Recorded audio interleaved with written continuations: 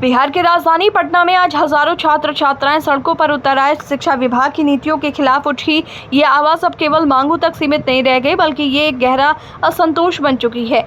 TRE 4 यानी शिक्षक नियुक्ति परीक्षा 4 से पहले CTET, secondary teacher eligibility test और बिहार टीचर एलिजिबिलिटी टेस्ट आयोजित करने की मांग को लेकर युवा आक्रोशित हो उठे। छात्रों का कहना है कि जब पात्रता परीक्षा ही नहीं होगी तो शिक्षक नियुक्ति की प्रक्रिया बेमानी है, एक छलावा है। आज सुबह से ही पटना के भिखना पहाड़ी इलाके में छात्रों की भीड़ जुटने लगी। हाथों में तख्तियां, नारों की गूंज और आंखों में व्यवस्था से सवाल लिए ये छात्र धीरे धीरे गांधी मैदान, डाक बंगला चौराहे होते हुए मुख्यमंत्री आवास की ओर कूच करने लगे। रास्ते भर उनके नारे सुनाई देते रहे, एसटीईटी नहीं तो वोट नहीं, हमको चाहिए हक, छल नहीं, पात्रता दो, नौकरी नहीं मांग रहे। इस प्रदर्शन में बड़ी संख्या में छात्राओं की भी भागीदारी रही।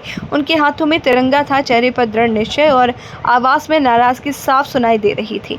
छात्रों का आरोप है कि बिहार सरकार 1.5 साल से सीटीईटी परीक्षा का आयोजन नहीं कर पा रही है, जिससे 2 शैक्षणिक सत्रों के करीब 5 लाख छात्र पात्रता परीक्षा से वंचित रह गए हैं। इन छात्रों का कहना है कि वो सरकार से नौकरी नहीं मांग रहे, सिर्फ पात्रता मांग रहे हैं ताकि वो भविष्य की शिक्षक भर्ती परीक्षाओं में भाग लेने के योग्य बन सके। उनका तर्क है कि जब सरकार डोमिसाइल लागू कर सकती है तो पात्रता परीक्षा क्यों नहीं करवा सकती।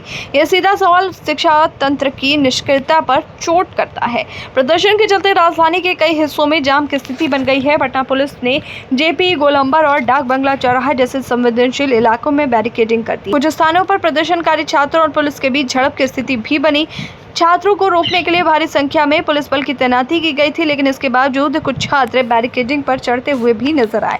प्रदर्शनकारी छात्रों का कहना था कि टीआरई 4 परीक्षा की घोषणा करना तब तक बेमतलब है जब तक कि सीटीईटी और बीटीईटी जैसी पात्रता परीक्षाएं आयोजित नहीं होती। उनकी मांग है कि शिक्षा व्यवस्था में पारदर्शिता लाई जाए और पात्रता परीक्षा का कैलेंडर नियमित किया जाए।